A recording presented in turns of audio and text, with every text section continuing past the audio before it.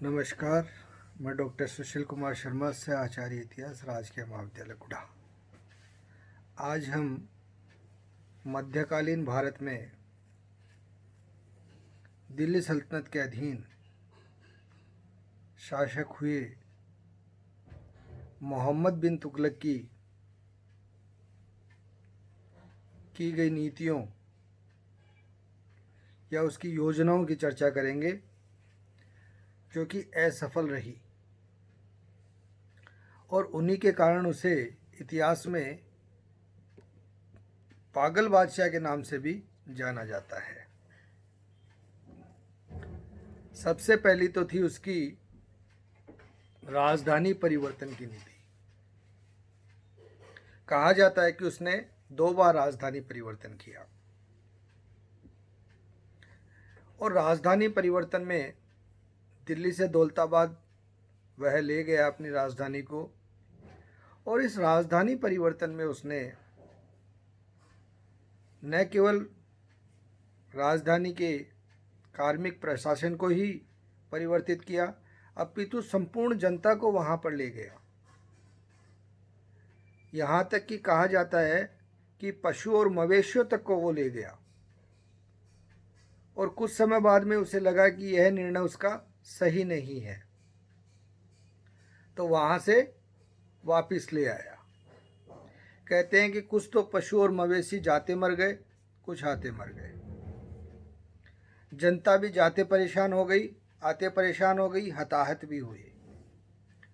और इस सारे कार्यक्रम को बड़ी सख्ती के साथ उसने लागू किया। यह एक इतनी विफल योजना थी जिसमें उसको काफ़ी जन धन की हानि उठानी पड़ी। उसकी सारी व्यवस्थाएं इसमें खराब हो गई। इस विफलता के अंदर मूलभूत कारण क्या थे कि पूरी की पूरी जनता जो थी वह उसकी इस नीति के अंतर्गत उसके खिलाफ थी, और सुल्तान ने भी इस समय जो उसके परामर्शदाता थे उनसे भी किसी प्रकार का परामर्श नहीं लिया, और पूरी जनता के ऊपर उसने अपने विचार को थोप दिया। और तीसरा जो सबसे महत्वपूर्ण बात मानी जाती है इसके विफल होने में, कि दौलताबाद जो स्थान था वह प्रशासनिक रूप से इतना सक्षम नहीं था कि वहाँ से शासन की व्यवस्थाएं चल पाए। तो ये 3 मूलभूत ऐसे कारण रहे कि दिल्ली की जनता का साथ न होना,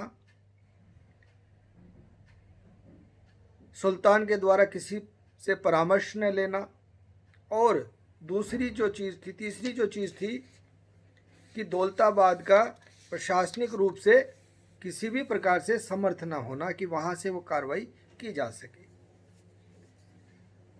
तो इस प्रकार ये जो पहली उसकी बहुत ही अलग तरह की एक योजना थी राजधानी परिवर्तन की, उसमें वह बुरी तरह असफल रहा और बहुत ज़्यादा उसे जनधन की हानि भी उठानी पड़ी। दूसरी जो उसकी योजना थी वो थी दोआब में कर की वृद्धि। वहाँ पर इसके दोआब में कर वृद्धि कर देने के कारण अलग अलग बताए जाते हैं। कुछ कहते हैं कि वहाँ पर सुल्तान वहाँ की जनता को दंडित करना चाहता था।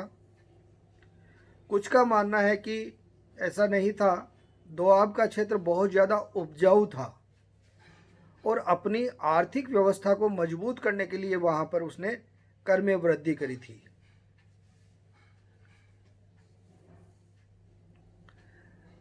और तीसरा ये भी माना जाता है, जो कि आर पी त्रिपाठी कहते हैं, कि आर्थिक संकट के कारण भी उसके द्वारा ऐसा किया गया था।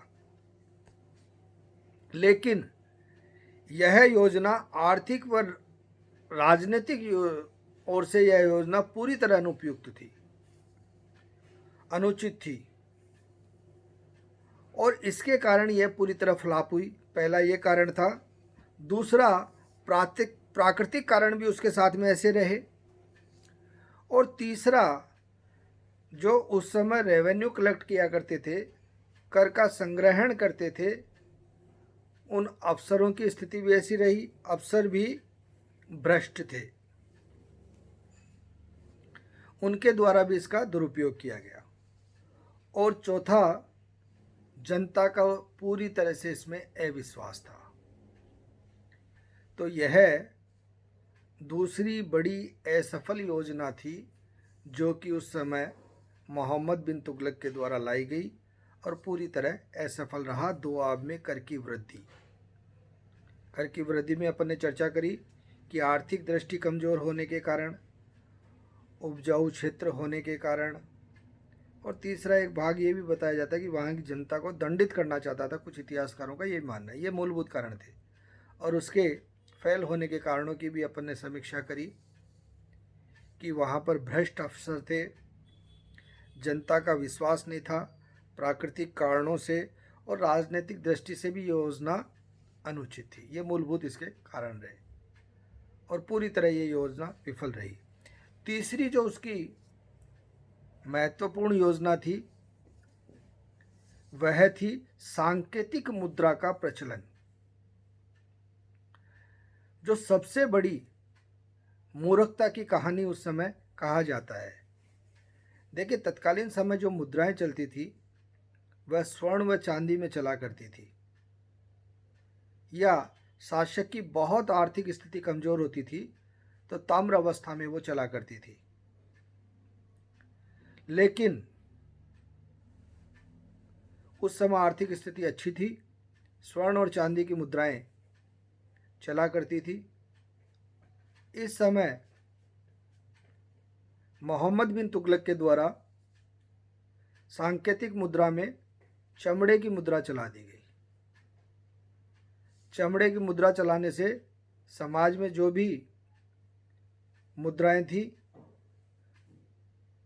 उससे सोना और चांदी का पूरा कोष खाली हो गया और सांकेतिक मुद्रा से सारी अर्थव्यवस्था छिन्न भिन्न हो गई। ऐसा नहीं है कि इससे पहले भी सांकेतिक मुद्राएं नहीं चलाई गई हों।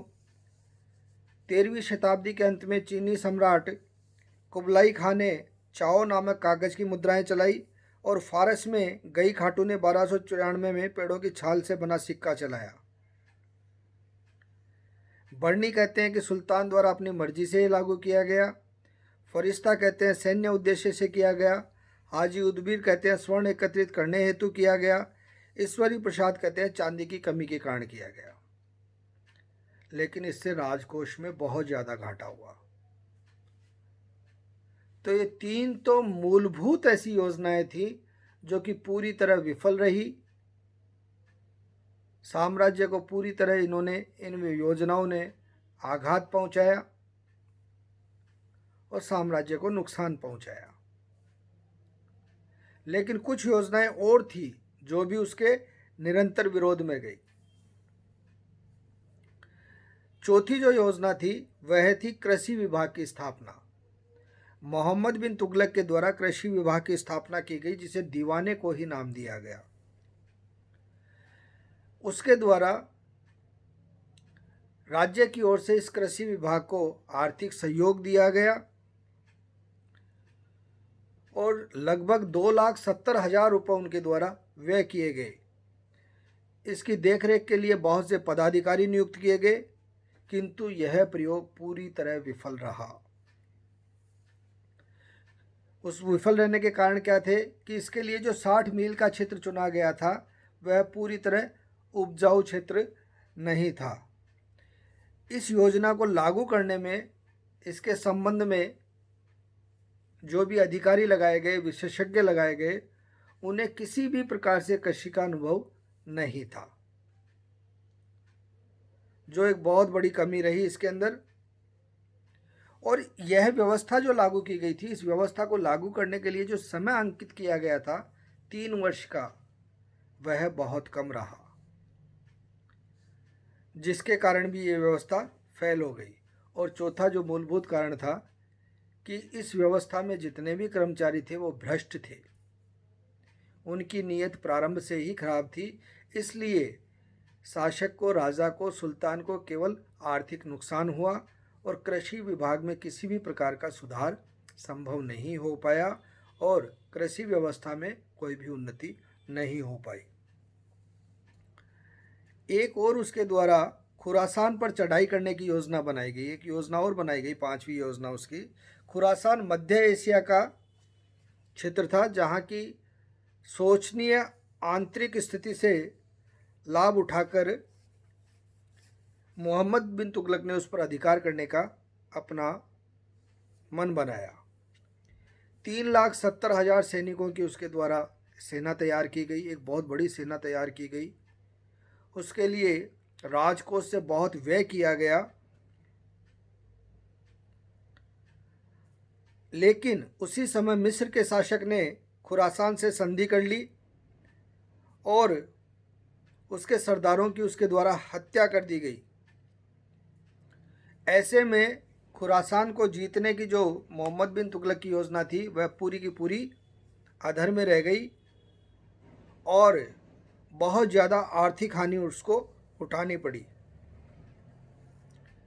इसकी आलोचना के विषय थे, खुरासान पर विजय करने से उसको कोई भी लाभ नहीं होने वाला था।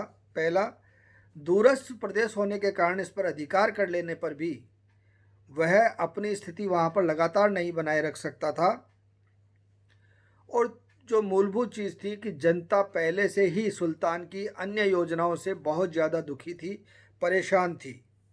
इस कारण वह इसके साथ किसी भी रूप से नहीं जुड़ पा रही थी। तो ये मूलभूत योजनाएं थी जो कि मोहम्मद बिन तुगलक के द्वारा लाई गई और इन सारी योजनाओं में मोहम्मद बिन तुगलक असफल रहा। तो इसी कारण चाहे राजधानी परिवर्तन की बात हो, चाहे दोआब में कर की वृद्धि की बात हो, चाहे सांकेतिक मुद्रा के प्रचलन की बात हो, चाहे कृषि विभाग की स्थापना की बात हो, चाहे खुरासान के प्रदेश के जीतने की बात हो, सारी व्यवस्थाओं में मोहम्मद बिन तुगलक फैल रहा, पूरी तरह से असफल सिद्ध हुआ। और इन योजनाओं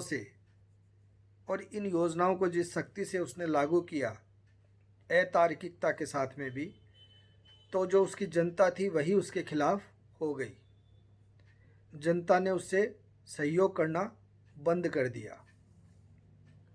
ऐसी अवस्थाओं में उसे असफल शासक भी बनाया इन योजनाओं के असफल होने से, और इतिहास में भी उसे पागल बादशाह के नाम से पुकारा गया कि जिसने अपनी जनता के साथ ही असहयोग किया, अपनी नीतियों से उन्हें परेशान किया, राजकोष का सारा धन खत्म कर दिया गया, जनता के लिए परेशानी पैदा की गई और इतिहास में अपनी स्थिति को निकृष्ट अवस्था के अंदर वह ले गया था, असफल शासकों की श्रेणी में वह हो गया था।